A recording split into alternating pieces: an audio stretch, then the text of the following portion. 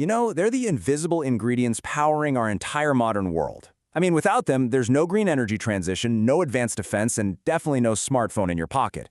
We're talking about rare earth elements. And for decades, the world has really relied on a single source. But now, a high-stakes, multi-billion-dollar race is on to break that dependence. So, let's get right into it. At first glance, you might think, not much, right? One is a piece of cutting-edge military hardware, another is a pillar of renewable energy, and the third, well, it's the device we use every single day. But here's the thing. They all share a critical vulnerability. They are all completely dependent on a single class of materials to even function. And these are them, rare earth elements. And here's a fun fact. Despite the name, they're not actually that rare in the Earth's crust. The real challenge, the real bottleneck, is the incredibly complex process of turning them into these ultra-powerful magnets that are, quite literally, the beating heart of modern technology. And that really gets to the heart of the problem here. The entire global supply chain for these strategic materials, it's dominated by a single nation. And that creates a massive vulnerability for every other country on the planet. So you have to ask, how did we get here?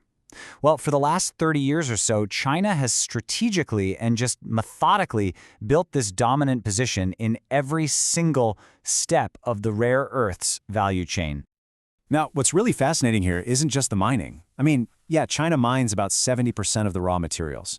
But look at where the real control is. It controls a staggering 90% of the complex processing and an equal 90% of the final magnet manufacturing. This means that even if another country digs the ore out of the ground, it almost always has to be sent to China to be turned into something useful. That's the chokehold.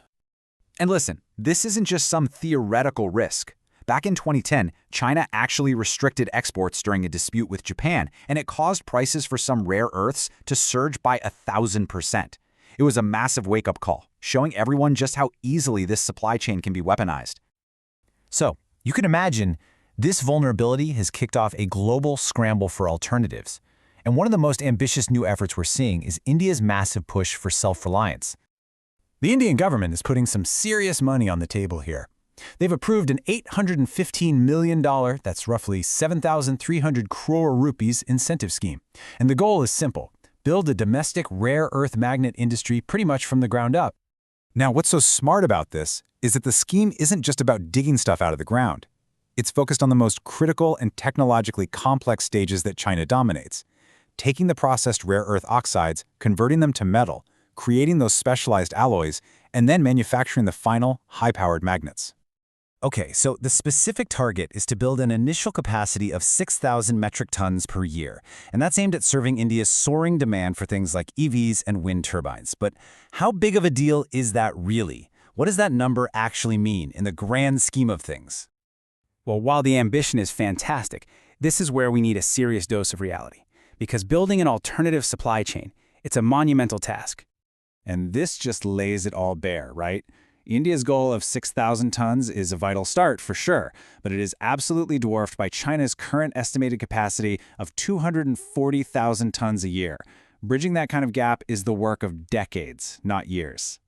In fact, this isn't just our take. There's a huge industry consensus, from the U.S. Department of Energy to the European Commission, that building a truly meaningful, independent, rare earth supply chain is a 10 to 15-year marathon.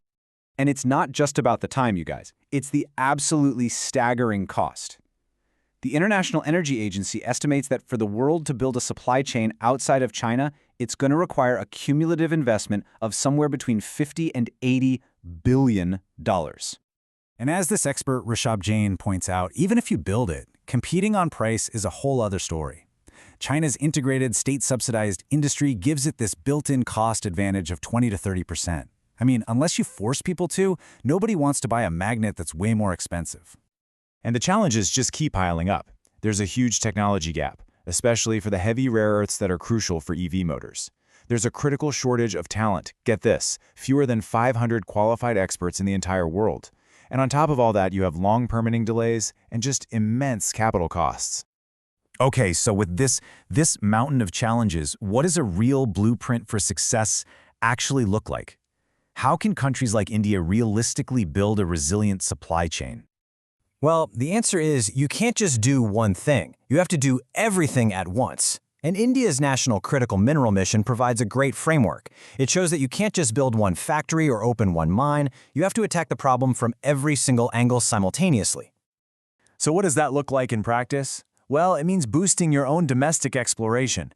It means acquiring mineral assets in friendly countries and investing heavily in recycling to create a circular economy.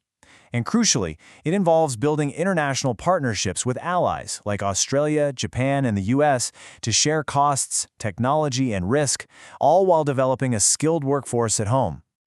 So this all leads to the big question, the one that really matters. With a clear, albeit very difficult path forward, can the world actually break free from this dependency?